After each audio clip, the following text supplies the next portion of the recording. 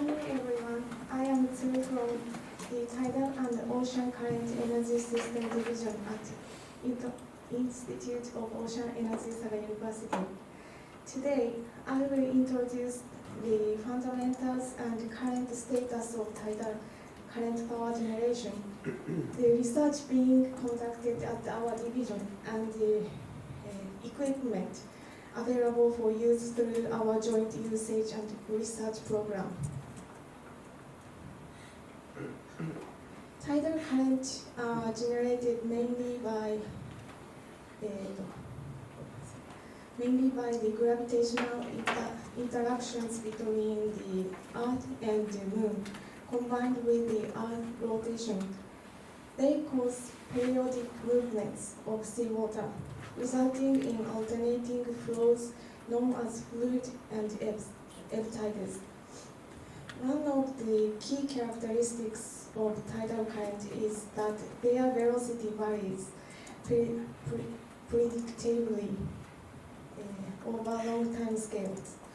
The graph here shows an example of tidal current and tidal level observed at Sasebo Port in Japan.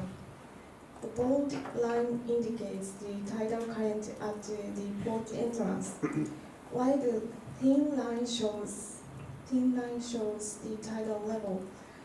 From this figure, you can see that both the tidal current and the tidal level change periodically.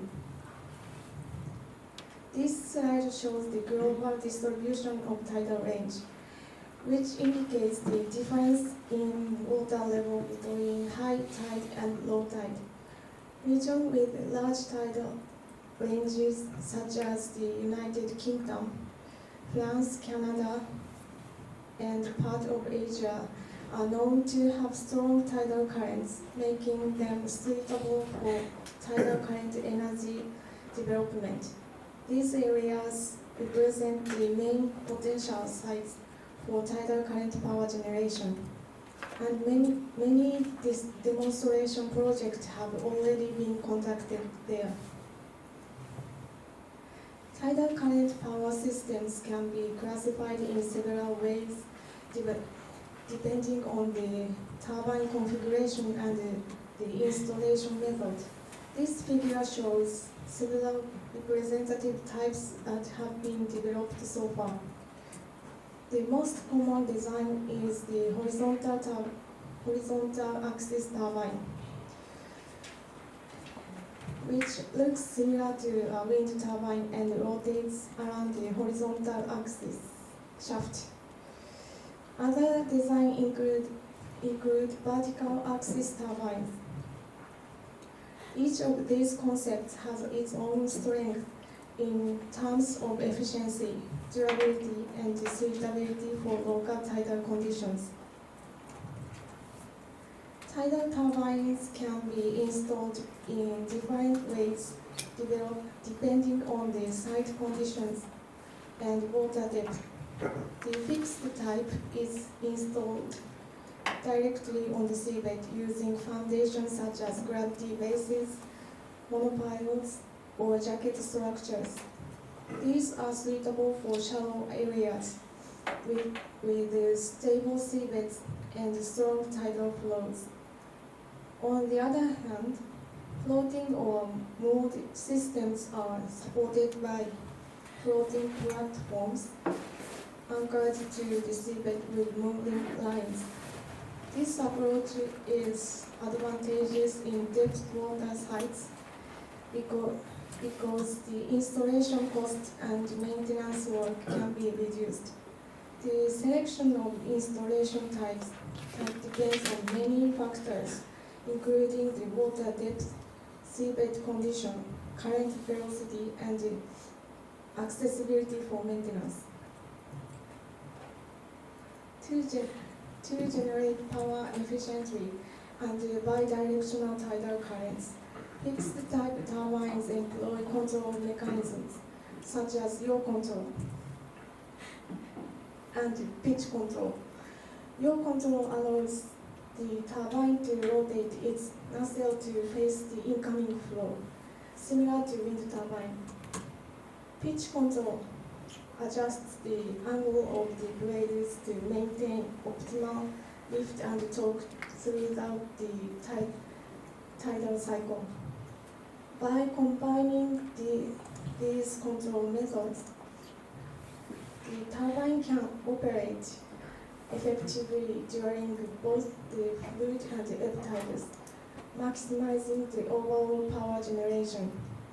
This figure shows an example of fixed type system that uses these mechanisms in an actual demonstration project conducted of the Court of Goto, Nagasaki. Maintenance is a major issue for fixed type tidal turbines. Since they are installed directly on the seabed, special vessels such as crane ships or lift barges are required to raise the turbine for inspection or replacement. The left figure shows a turbine during power generation, while the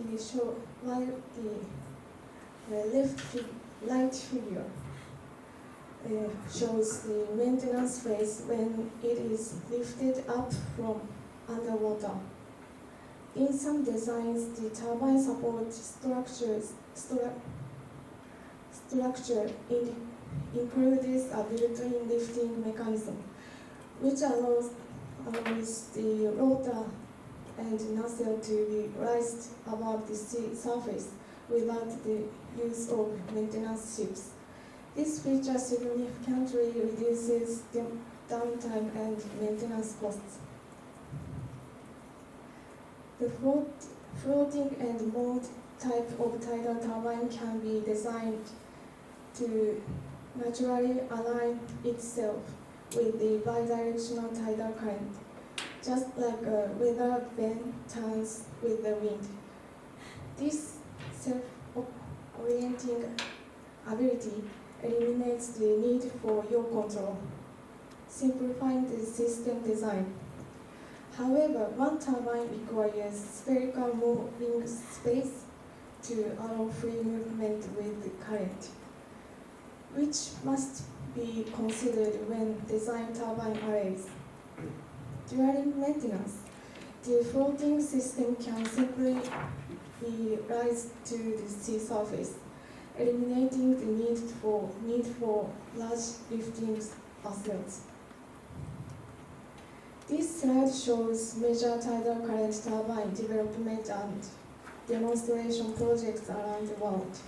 The United Kingdom has led global development with large-scale projects such as Magen. Canada, the United States, and several European countries have also conducted demonstration tests.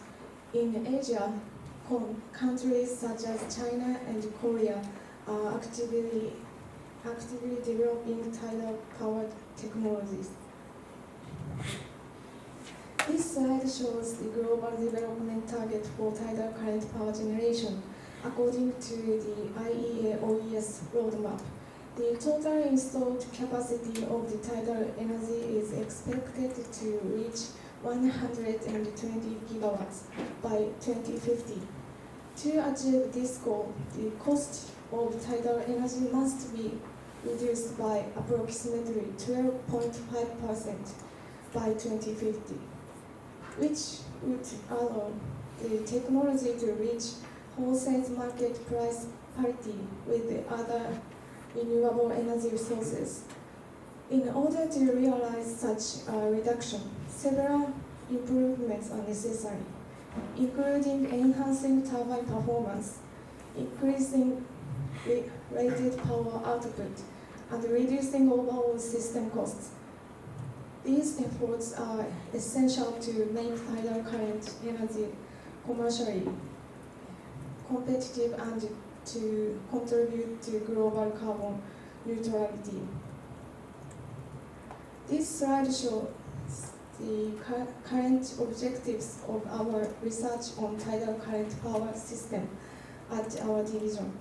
The current target LCOE is 23 yen per kilowatt hour, according to the power equation. Increasing the tidal turbine area A directly increases power output. The cost increase associated with a large turbine is smaller than the output increase, so enlarging the turbine generally improves cost performance. However, suitable tidal sites are often located in narrow strait, and the maximum practical turbine diameter is estimated to be around 30 meters, with a maximum power output of 3 megawatts. Therefore, tidal energy cannot be achieved cost reduction by scaling up. We need to develop low-cost solutions through multiple approaches, such as higher efficiency, longer lifespan, and optimized system design. Here are two examples of turbine concept being developed at our division. The first is ducted turbine, which uses a symmetrical duct structure to accelerate the flow and extract more tidal energy. This design also eliminates the need for yaw control, since the duct and turbine are symmetric and can operate efficiently in both flow directions. In addition to the turbine concept, our research also focuses on addressing various practical engineering challenges. For example, to mitigate corrosion and biofouling, we are developing turbines using symmetrical hydrofoil sections. To control flow separation, we are investigating vortex generators applied to turbine blades. We are also studying how the number of blades affects the average power output, and designing high-strength blade shapes to improve durability.